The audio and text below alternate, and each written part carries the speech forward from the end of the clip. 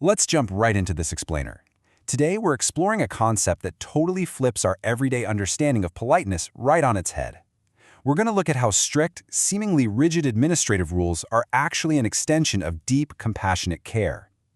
To do this, we'll be analyzing the training and policy manuals from Restoring Hope Ministries, unpacking a very specific standard they use known as Policy 4.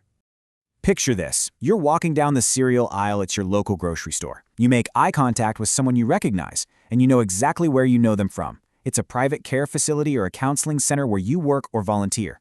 So, do you smile? Do you say hello? In everyday life, ignoring them would be incredibly rude, right? But in the context of professional care, a situation that feels like simple politeness actually carries massive ethical weight. Let's look at why the answer to this question is a resounding, mandatory no. To understand why this matters so much, let's start with Section 1, the mission of care at Restoring Hope Ministries. Their motto is pretty straightforward: equipping saints, caring for souls, restoring hope. You know, RHM isn't just your standard administrative office. They are doing the profound, heavy work of caring for people through biblical counseling and integrated care. They work closely with individuals, families, and partner with local churches to build these supplemental care pathways. So the administration here isn't just pushing paper. They're actively safeguarding the deeply personal journeys of the people walking through their doors. What's really fascinating here is the specific context of that care. Trainees at RHM aren't just handling basic scheduling. They're working in an environment that navigates heavy stuff, trauma, grief, and major life transitions. For example, they partner with organizations like Golden House, which provides confidential responses to domestic abuse, and they also work with addiction recovery through their 120 House vision. The crucial takeaway here is that trainees are handling highly sensitive information for folks in incredibly vulnerable situations. In this kind of environment, privacy isn't just an administrative preference, it is an absolute non-negotiable. Which brings us to Section 2, the stakes of privacy, safety, and confidentiality. When you're dealing with vulnerable households, maybe someone fleeing domestic abuse or taking their very first fragile steps into addiction recovery, confidentiality is literally a matter of physical and emotional safety. It's way beyond bureaucratic red tape. And this brings us to a really counterintuitive hook. The official training manuals instruct workers with this exact phrase: let the person decide whether to acknowledge the connection. Think about that for a second. Ignoring someone in public, refusing to initiate that friendly grocery store greeting, can actually be an act of profound care and respect. It gives the client the power to control their own story. So how is this formalized into a rule? Let's look at Section 3, Policy 4, Community Encounters. Here is the required standard, explicitly spelled out. If you recognize someone outside RHM, do not reveal that you saw them at RHM. Let the person decide whether to acknowledge the connection. Your silence protects their story.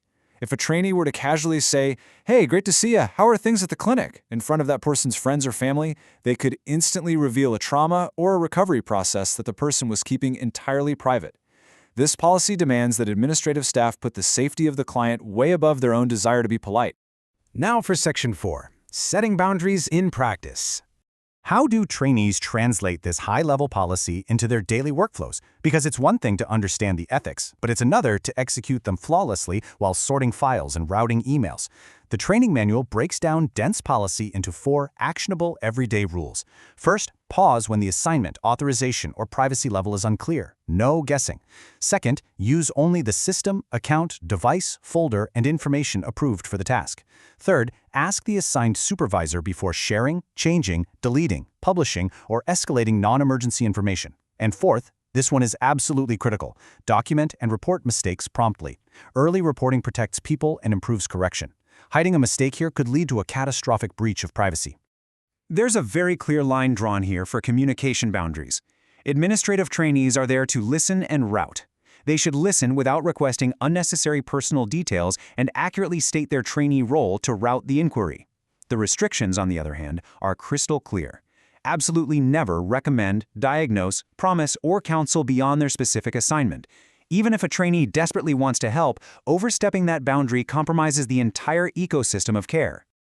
All right, let's put this to the test in Section 5, the scenario check. I'm going to put you in the hot seat for a second with a real scenario taken straight from the manual. Imagine a coworker comes up to you. They're totally overwhelmed, and they ask for your help to complete a task. It seems entirely harmless and genuinely helpful, but you realize it would expose information outside of your assigned role.